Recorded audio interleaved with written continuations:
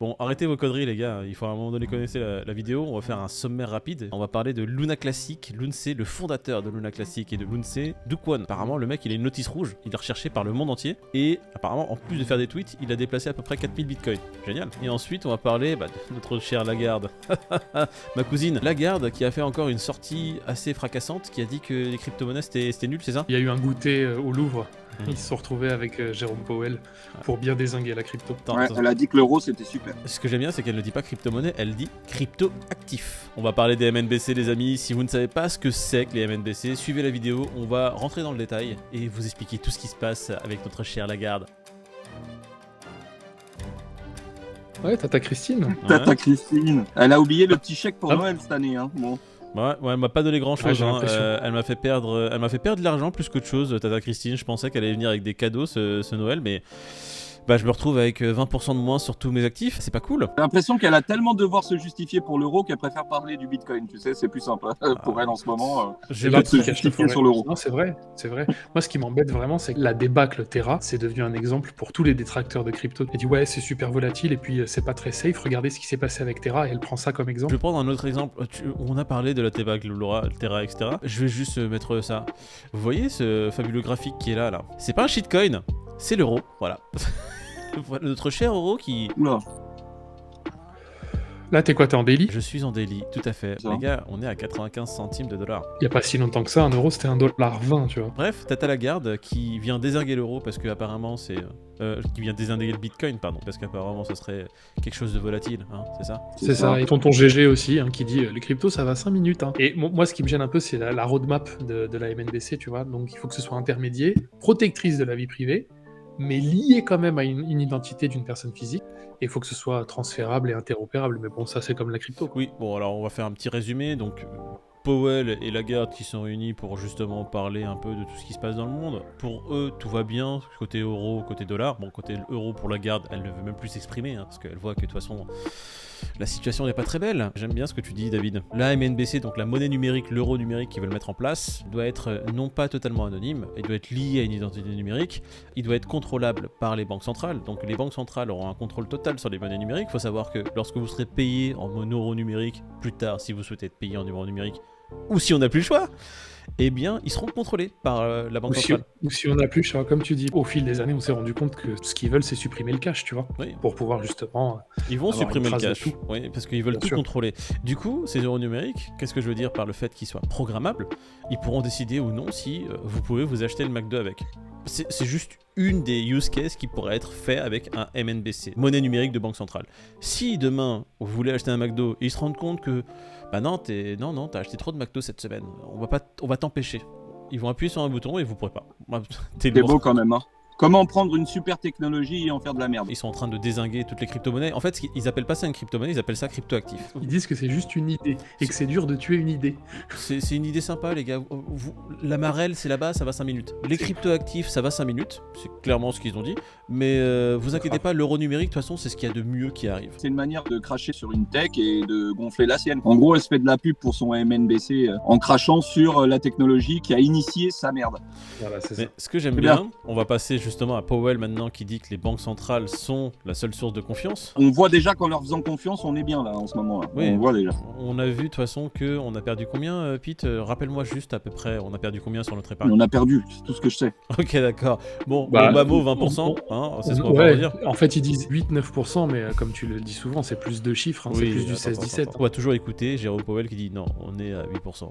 Attention, c'est très bien. Ils essaient de dézinguer les cryptos actifs et dire que les banques centrales sont les seules sources de confiance. Là, on croirait à un pitch de Black Mirror, mais non, c'est la vraie vie, les gars. Moi, j'ai envie d'ouvrir le sujet et regarder justement ce qui pourrait arriver dans le futur. J'ai peur qu'une fois que l'euro numérique, le dollar numérique et le yuan numérique sont en place, donc la trinité, ils commencent à vraiment mettre en place des sanctions ou des régulations vraiment totalement néfastes pour tout ce qui est Bitcoin, stablecoin et tout autre crypto actif qui va à l'encontre ou qui est en concurrence avec les MNBC. Est-ce que vous ne le voyez pas arriver gros comme je ne sais quoi?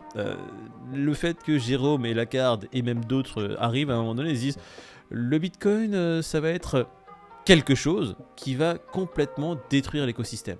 ou qui va empêcher une utilisation de masse. Ce qui fait qu'à un moment donné, dès que tout sera en place, le Bitcoin, je vais te dire une bêtise, s'il est à 150 000, tu vois une mèche de ouf parce qu'il y a un FUD massif dessus. D'un côté, ça crache dessus, d'un autre, allez-y, investissez quand même, que les professionnels. C'est juste de la spéculation, là on est vraiment en pleine discussion. Je les vois juste laisser les institutionnels s'amuser un peu comme des fous, parce que c'est un actif sur lequel pour l'instant tu peux faire de l'argent, ils sont en train de taxer les profits, etc. Et à un moment donné, ils vont dire juste, la fête est finie, bon les gars, maintenant rentrez à la maison. Faut savoir que les MNBC, vous n'aurez pas la possibilité de les stacker, hein. C'est la dernière chose qu'ils vont mettre en place, vous allez pouvoir rien gagner avec. Ce sera juste des monnaies avec lesquelles vous pourrez juste consommer. Bah, ils s'en vantent, hein. Ils s'en vantent de dire que ça sera pas pour faire des intérêts, mais que ça sera surtout un truc d'échange. À un moment ou à un autre, ils vont finir par interdire Bitcoin parce que c'est complètement l'opposé de ce qu'ils font. Si les gens ils se rabattent que sur Bitcoin et autres, à un moment ou à un autre, ça va poser un problème. D'où l'émancipation encore plus importante de la DeFi peut-être, tu vois. Bah. Et là, ce sera réservé aux gens beaucoup plus aguerris, tu vois. Mais justement, on l'a dit, pour une adoption de masse, il faut quelque chose de facile. S'ils viennent... Alors, ils pourront pas interdire de but en blanc, dire Bitcoin, les personnes qui ont du Bitcoin, 10 ans de prison. Non, ils vont mettre juste en place des régulations tellement dures sur l'écosystème et sur Bitcoin que ça va empêcher son adoption de masse ou son utilisation de façon, entre guillemets, facile. Ça va être juste compliqué d'en avoir, ou de l'utiliser, ou de l'échanger, ou de payer avec. C'est ce que je vois arriver, moi, dans le futur. Pour tout ce qui est contrôle, c'est déjà le cas aujourd'hui. On voit bien que les exchanges, ils commencent déjà à te bourrer le mou dans ce sens. On voit bien que tout ce qui est autorité de régulation aujourd'hui a mis la deuxième vitesse et qu'ils enclenchent le pas. J'ai pas hâte vraiment de voir ce que ça va donner une fois que l'euro numérique sera sorti et que les monnaies numériques de banque centrale seront là. Qu'est-ce que ce sera le prochain step, si tu veux, en termes de régulation et d'utilisation du reste, quoi. Ouais, mais de toute façon, on va pas attendre le prochain step de régulation. On voit, de toute façon, aujourd'hui, on voit déjà qu'il y a un gros contrôle qui est déjà exercé par les organismes centraux et non décentralisés comme les exchanges. On va parler justement de KuCoin qui a gelé des bitcoins qui appartenaient à notre cher Do Kwon apparemment, hein. C'est ce qui est supposé, c'est ses bitcoins à lui. T'as des autorités singapouriennes qui ont juste demandé s'il vous plaît, vous pouvez bloquer ces bitcoins à lui là-bas. Ils ont dit ok, vas-y, on bloque. J'ai envie de te dire, le contrôle est déjà là. On le répète assez souvent, pas ta clé, pas tes bitcoins. Si vos tokens sont sur un exchange, ils ne vous appartiennent pas et vous pouvez vous retrouver du jour au lendemain bloqué et ne plus y avoir accès. C'est ce qui arrive apparemment à ce cher Do Kwon. Faut mais là, ils l'ont trouvé comment là du coup? C'est parce que c'est les fonds, ils ont été envoyés de Terra Luna à KuCoin. C'est pas du wallet de Do Kwon à KuCoin. Par contre, c'est arrivé sur le wallet de Do Kwon de KuCoin. Je vais te faire un léger historique. Do Kwon s'est vu remettre une red notice de la part d'Interpol. C'est apparemment un des grades les plus hauts. Le lendemain de ça, il a créé 2 wallets. Un wallet sur KuCoin et un wallet sur OKX. Du coup, il a créé 2 wallets au nom de la fondation Terra et il a transféré à peu près 3500 bitcoins divisés en 2 sur chacun des wallets. Les autorités singapouriennes, en ayant vu ça, ils ont dit les gars, vous pouvez bloquer là ces 2 transferts? KuCoin directement, je crois que dans les 24 heures, ils ont fait ok. Bloqué. Les fonds étaient gelés sur KuCoin. Le pauvre Do Kwon, si c'est lui qui les a fait, il n'y a plus accès. Le pauvre, dans la même phrase avec Do Kwon, t'es quand même gonflé. Hein. Ouais, j'avoue, je suis. Refais-la sans trembler des genoux, celle-là. Alors attends, je vais la refaire parce que je pense que je peux. J'avoue, le pauvre. Quand même. Il est recherché par le monde entier, par Interpol, et le mec, il a quand même troll sur Twitter. Il y a un mec qui a dit t'es où Do Kwon? Tu te caches? Et il fait non, je suis en train d'écrire du code dans mon canapé. Et il continue. Il fait mais t'as pas honte? T'es recherché par le monde entier, etc. T'as une red notice?